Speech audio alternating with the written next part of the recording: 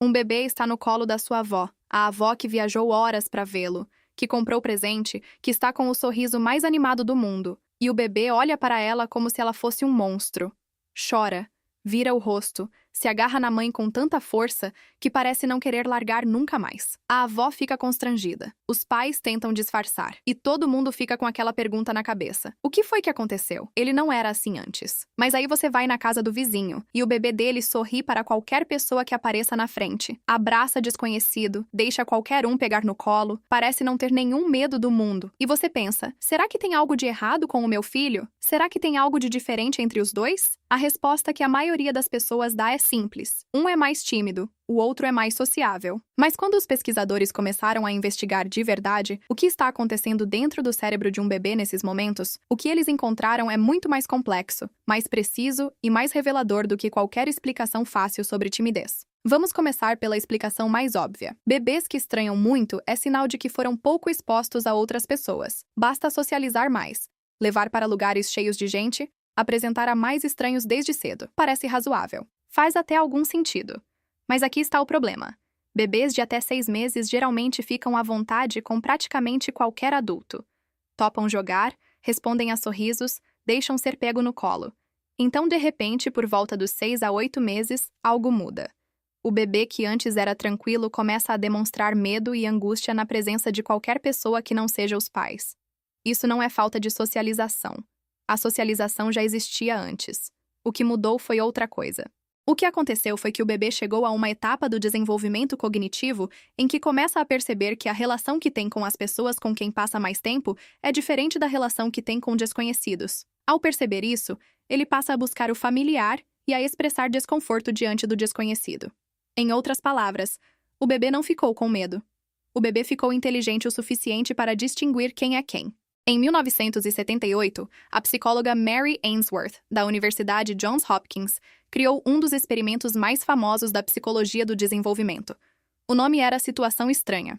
A ideia era simples: observar bebês de 12 meses enquanto a mãe saía da sala.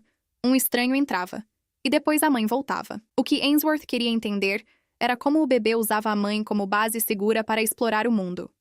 O que ela encontrou parou o campo de pesquisa. Bebês com apego seguro exploravam o ambiente quando a mãe estava presente. Ficavam moderadamente perturbados quando ela saía. Demonstravam ansiedade moderada diante do estranho. E se acalmavam rapidamente quando a mãe voltava. Mas nem todos os bebês reagiam assim.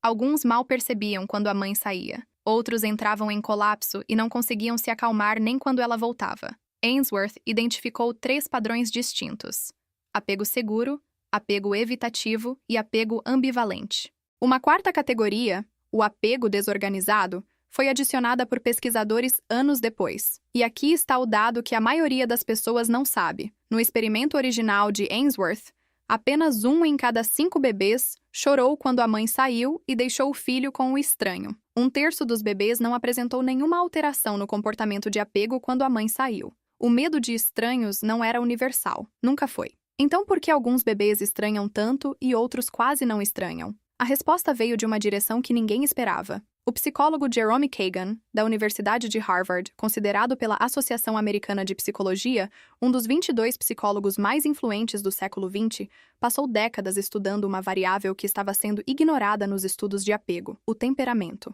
Kagan argumentou que o temperamento inato da criança desempenha um papel significativo no comportamento social, não apenas o comportamento do cuidador.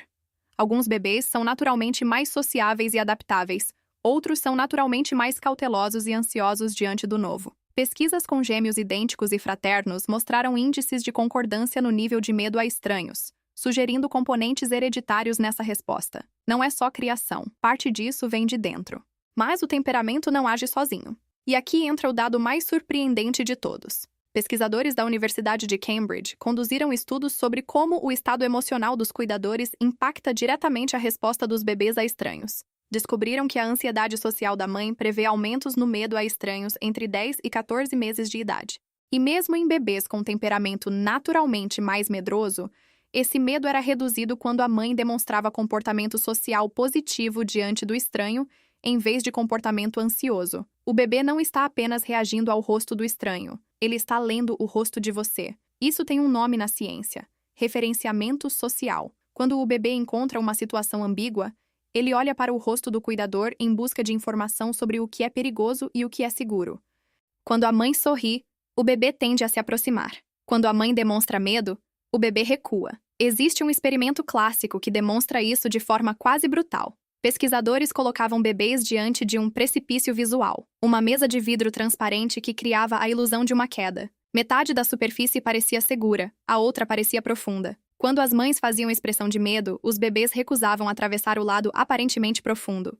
Quando as mães sorriam, os bebês atravessavam. Você não precisa dizer nada. Seu rosto já disse tudo. Agora preciso contar sobre algo que poucos pais sabem e que muda completamente como você interpreta o choro do seu filho diante de um estranho. Um estudo longitudinal com 1.285 crianças, um dos maiores já conduzidos sobre o tema, identificou 4 trajetórias diferentes de medo a estranhos, entre os 6 e os 36 meses de idade. Não existe um padrão único. Existem pelo menos 4 caminhos distintos que um bebê pode seguir. Há bebês com medo baixo e estável durante todo esse período. Há bebês com medo que aumenta gradualmente, de forma saudável. Há bebês com medo que sobe de forma abrupta e intensa. E há bebês com medo alto e constante desde o início. Bebês que apresentaram aumentos acentuados no medo entre os 6 e os 36 meses foram mais frequentemente diagnosticados com transtorno de ansiedade de separação aos 8 anos de idade. O estranhar não é só um estágio que passa. Para alguns bebês, é um sinal que o sistema nervoso está enviando sobre como ele vai lidar com o mundo. E aqui está o alerta, porque ele existe. Pesquisas mostram que exposição a situações de medo persistente e ansiedade crônica pode ter efeito duradouro no desenvolvimento cerebral da criança, perturbando sua arquitetura em formação. O medo moderado é normal. O medo extremo e prolongado, que impede a criança de explorar o ambiente e aprender, é outra coisa. A ansiedade de estranhos de intensidade pronunciada ou duração prolongada pode ser um sinal de ansiedade mais generalizada e deve levar à avaliação do contexto familiar, das práticas de cuidado e do estado emocional geral da criança. Se o seu bebê estranhou sua avó na última visita, provavelmente está tudo bem. Se ele demonstra medo extremo e constante de qualquer pessoa além dos pais e isso não melhora com o tempo, não ignore. O cérebro na primeira infância tem uma plasticidade que nunca mais vai ser tão alta. Intervenção cedo produz resultados que intervenção mais tarde não consegue replicar.